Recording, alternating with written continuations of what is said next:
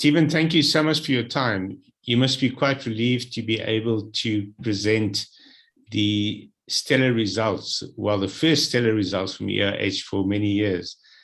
What's the sensation of being able to come to market with those numbers? I'm not sure they're stellar, but they are profit, which relatively are very stellar. So no, listen, it was really nice. It was a little bit sooner than we anticipated. And some of it was, because some of our sales came through a bit better than we anticipated.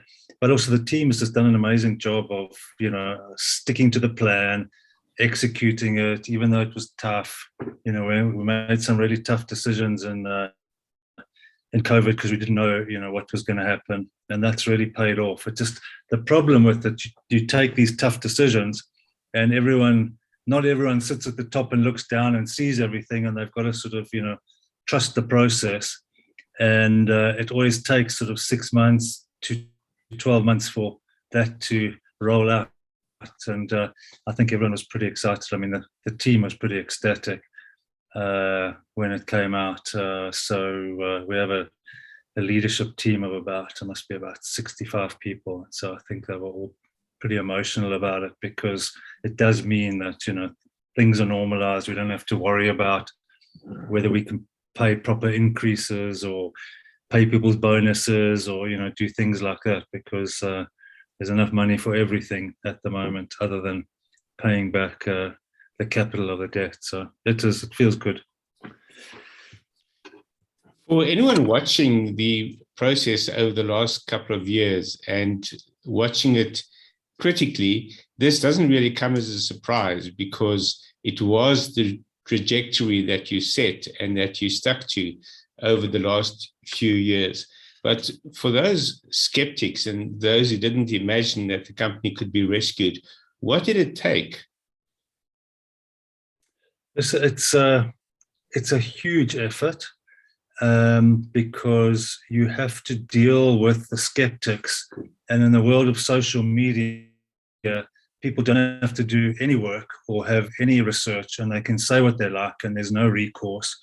So if they just have a bad experience, they can say things. So while you're trying to keep the team together, keep your customers together, and improve, and as I say, time is the great healer.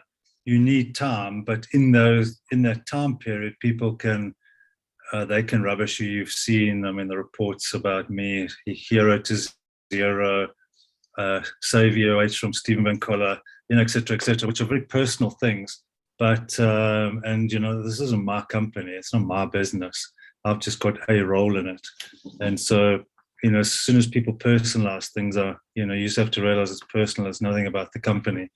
And you have to just put your head down and, carry on. And at the end of the day, results are what talk, rather than, people's preferences. So it's very tough, but, and it's more tough for the staff than for me. I'm old enough and ugly enough to, not worry about those things, but the staff don't know all the detail. They don't know where it all comes from. So it makes it more difficult for them, because they take it personally, because someone's, taking a swipe at their business that they're very proud of.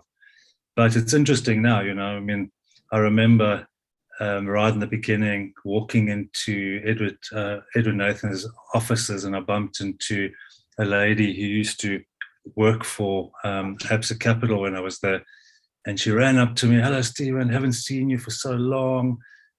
What are you doing?" So I said, "No, I've just become the CEO of EOH." And there was like literally a 15-second silence while she caught her breath. And she said, "Oh, don't worry, I know you'll do a good job." But, it was that. And I think that's what people, when they went to their bars and they had their cups of coffee, they didn't want to say they worked at EOH, but that's fundamentally changed now. I think everyone's pretty proud of what they've done and where they've got to, and, how we've led the way in the transparency and the crime busting, and being open about, how this corruption can happen.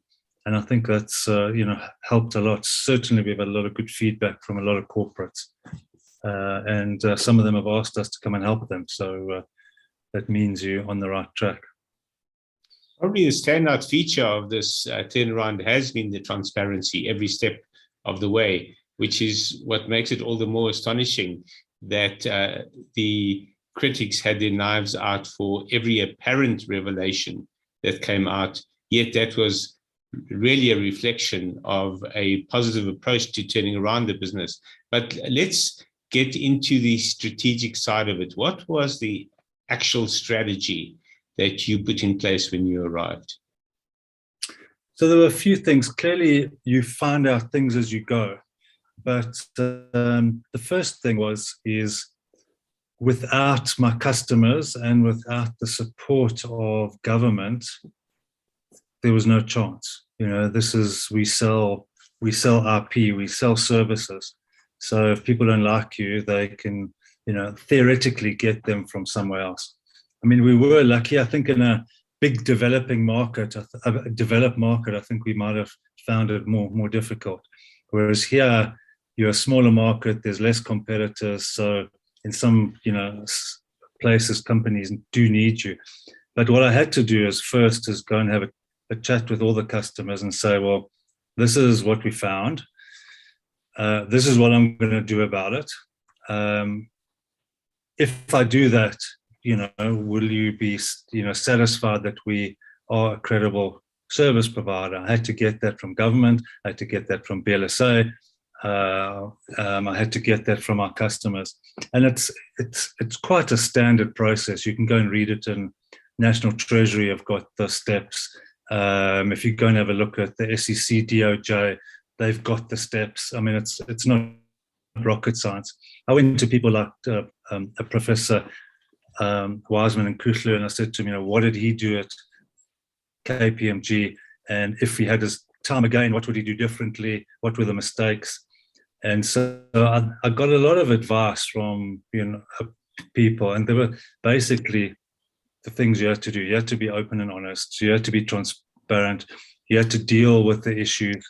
You had to report them, and you had to, change. And we made sure we went through that.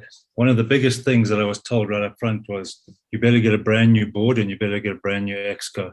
We don't want to see anyone on that team that could raise any doubt that you haven't cleaned up the past. And that was probably the most difficult thing. So that was the first thing. And that gave me some time. It gave me some credibility. Yes, you're doing it. You've now got a new independent board. You've got new management. So let's see if these people can, change things. So at the end of the day, legal entities or companies aren't corrupt. It's people in those companies that are corrupt. So if you can get rid of those corrupt people, you should be able to have a decent business, because 99% of people are honest. So that was the first thing we had to do, and that was quite painful and stressful. We then had to go through the process of sifting through millions of emails, putting together the trail, understanding what went on, and understanding where the weaknesses were and what we had to change.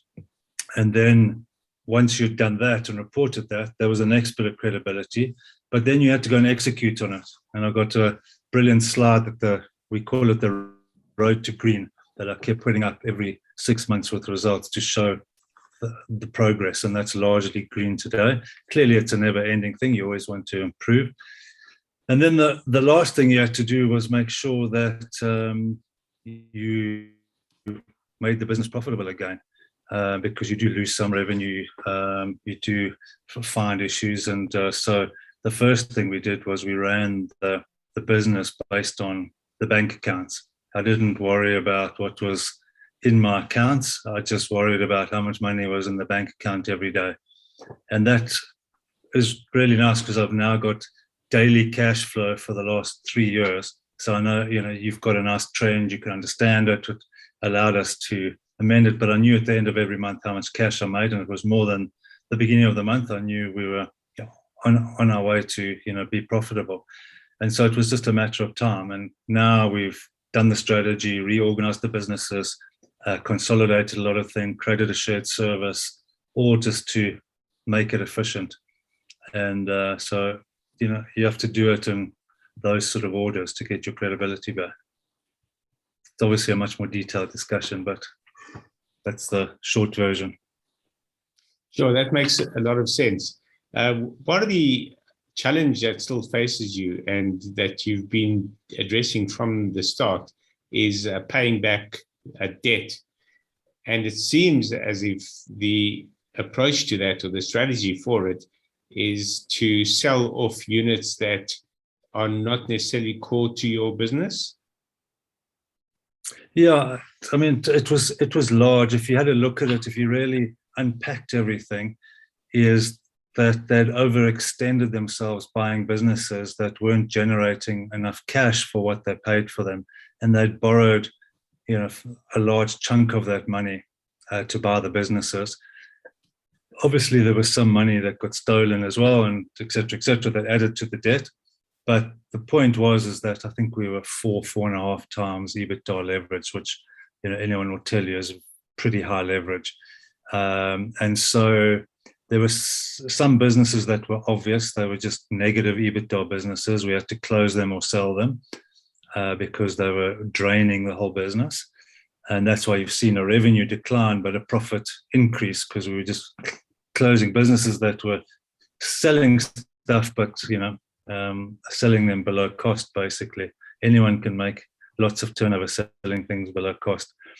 And so we had to do that, and then we got to a point where we had to sell some of the businesses we didn't want to sell, but they didn't break the ecosystem. They were their own businesses. They ran independently. Yes, there was some sisterly behavior, if you want to call it, but that I could sell them because they ran themselves. They were ring fenced, and we could, do some quick sales while I was fixing the core engine room, if you want to call it, the systems integrator.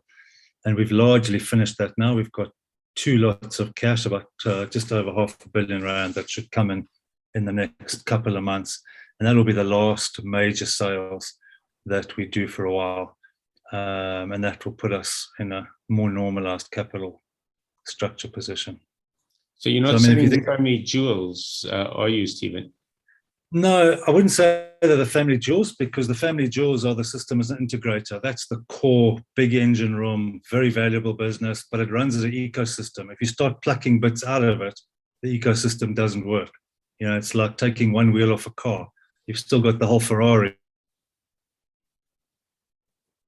but it can't drive. So you have to be, that is the crown jewels. We've sold, I'd say, 3 or 4 businesses, maybe 5 businesses, that if I didn't have the debt problem, I wouldn't have sold, because they would just make a bigger ecosystem, but they don't sit at the core. They would have sat on the outer layers and benefited from the core. And, it would have been a much bigger business. It would have had another 2 billion of turnover, but I would have had more debt, and the banks obviously wanted their money back. So, no, the family jewels still sit there, fortunately, and we'll make some more jewelry with the engine room.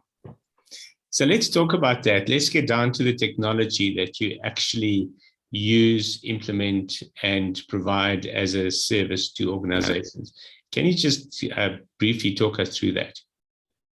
Yeah, if you think about any IT stack, it starts with the hardware, and that hardware has to be connected to an internet. So, and that hardware can be servers, data storage, modems, whatever. To make that work for your business, you've got to then put your software on. And then to make it user-friendly and accessible to your customers and your staff and your stakeholders, you've got to put something on top. You've got to do some application development, do the app so you can get it on your phone. You've got to connect it all. You can do some data analytics, et cetera, et cetera. So those are the sort of 3 main stacks. We actually do all of that, but I've now divided it largely into 3 main businesses. So we've got what we call the infrastructure bit, and it can go as far as being infrastructure as a service. So I will provide you everything you need. You can just get your laptop, you can connect it in, and I'll do all the the big infrastructure at the back, right through to the managed connectivity. If you take it to the next level, so I install your software, I license it for you, I configure it, I can actually then operate it for you. And if you put that on top of your infrastructure, you're then getting into software as a service. So you've got your infrastructure as a service, you then get software as a service.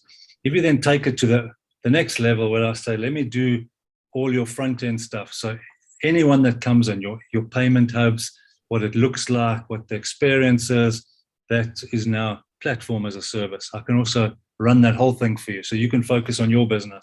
I can build it for you. I can install it for you. I can configure it for you. I can update it for you. I can add things to it for you. And so you can see the whole ecosystem. And that is the IOCO systems integrator ecosystem. And we're one of the few people who can do it end to end with so many different OEMs. And if you think about it, everyone needs an ERP. Everyone needs a CRM. Everyone needs business information. Everyone needs security. Everyone needs API manager, or etc. Everyone needs managed connectivity.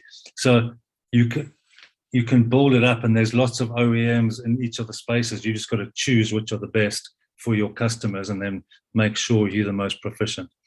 And then we've got two other businesses, large businesses. One's a learning and development people management business that sits in Nextech. And we've got what I call a smart city a business that is really doing smart road detection, smart water metering management, pressure management, smart buildings, all basically driven off IoT devices, collecting data, and then trying to do predictable maintenance or predictable optimization using that data. But that business has still got some way to go. But so those are the three main businesses. But the systems integrator is 75% of the turnover. It's 5 billion of the 7. That last one sounds the most interesting. But before we go there, let's just talk about digital transformation for a moment, because that is essentially what you're offering your customers.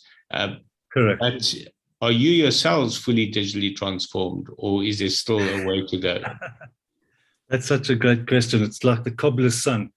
He doesn't get the shoes. So we are busy in that process. We've done a lot of it. We've done our CRM, we've done all our GRC services. There's more to be done on GRC. We've done all our learning and development. So we've built our own platforms to do that.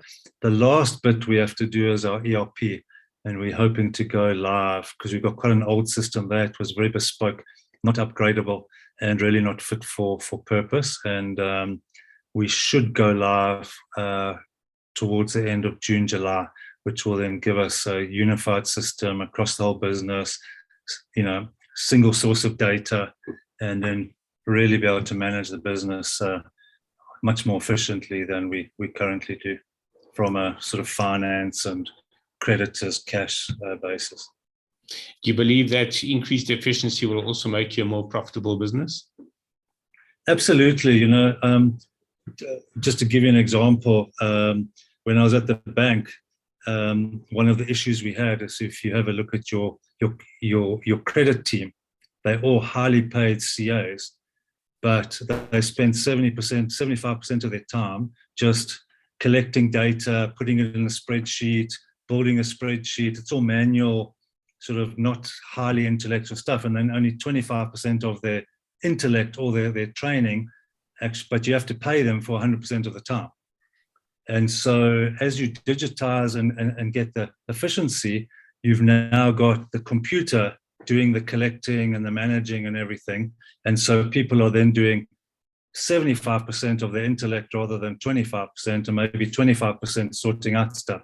And so you get much more bang for your buck. And I think in today's digitized world, if you're not getting 100% out of your employees, you lose, because you've got to pay a lot. It's almost like driving a 4x4 all year just so that you can have 2 weeks of bush holiday at the end of it. Actually, that holiday is massively expensive because of your petrol, maintenance, and every cost for the whole year just for 2 weeks. And that's what you have to turn that on its head. And that's really what we're doing. And you have to do it in today's world. If you don't, someone will find a way to do what you do better, cheaper, faster. So it's a continual improvement. What proportion of your customers would you say are getting that message regarding the increased efficiency and therefore profitability of fully digitalizing all your systems and processes? Yeah, it's very interesting, Arthur, that I think COVID has really shown people that even in good times, you can't afford not to be lean. So you should always be agile and lean. And we're seeing a much bigger drive towards digitization. It was always happening, but people thought they had time. And we've seen an acceleration of that for sure, and quite an aggressive acceleration. And there's sort of two camps. There's the large regulated camp who tend to want to insource and do everything themselves because they think they can do it better, but they are digitizing. I think that's potentially a problem for them, but they're big enough. They're the big oil tankers that still keep going even if they're not, perfect, but they feel like they need to control it.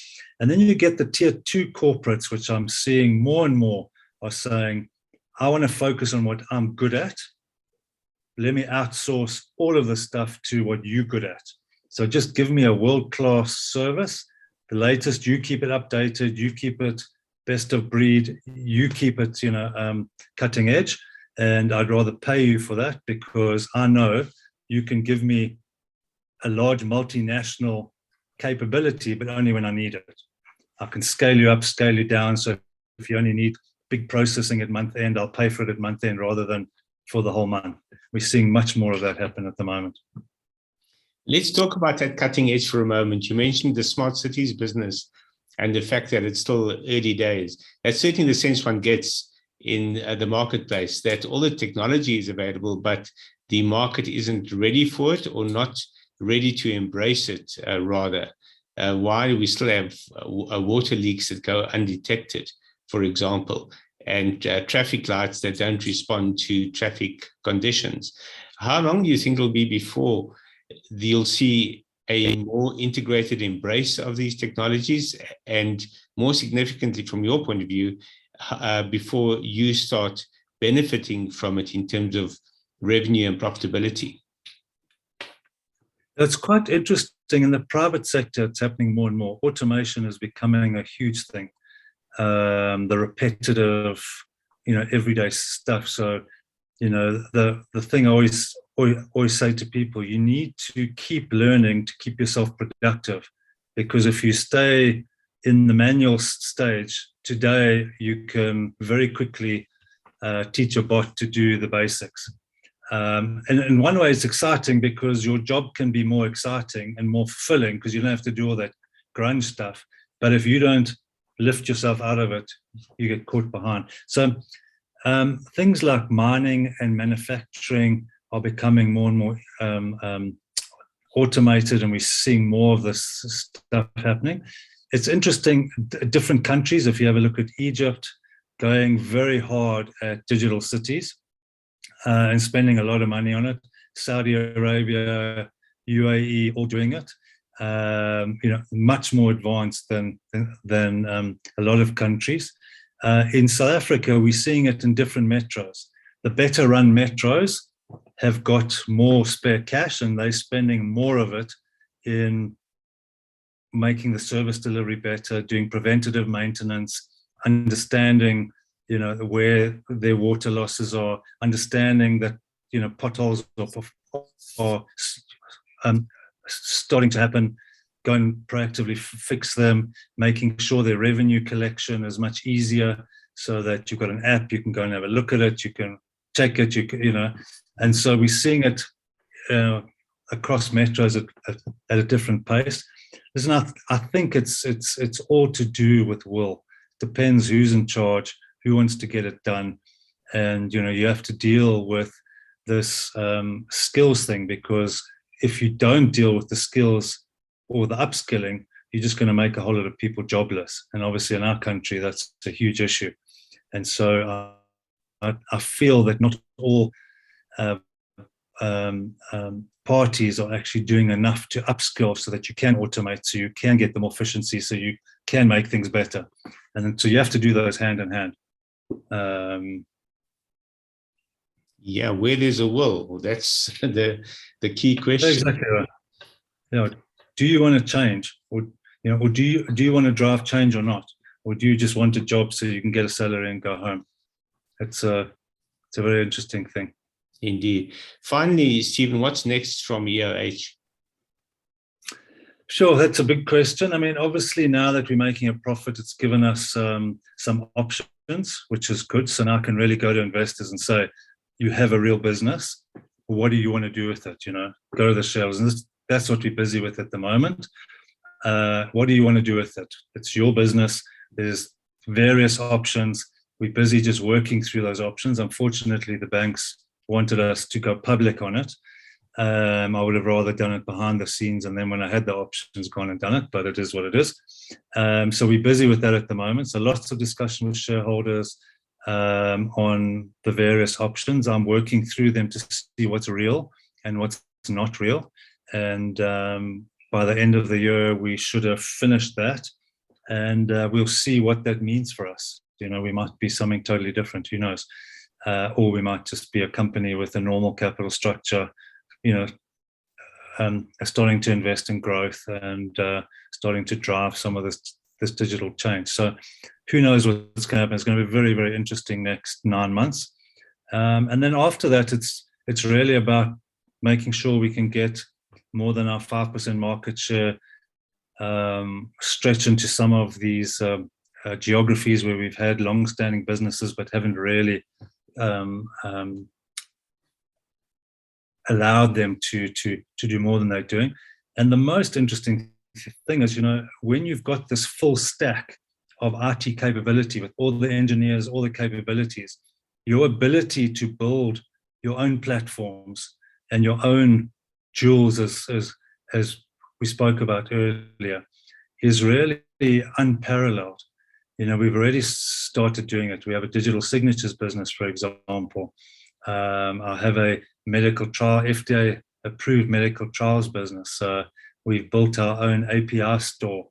So it's actually very exciting what we can do to build solutions for customers, and then turn them into something that we can then go and deliver to other customers around the world. So that's the most exciting part of the business, almost the sort of EOH 3.0, if I can call it that.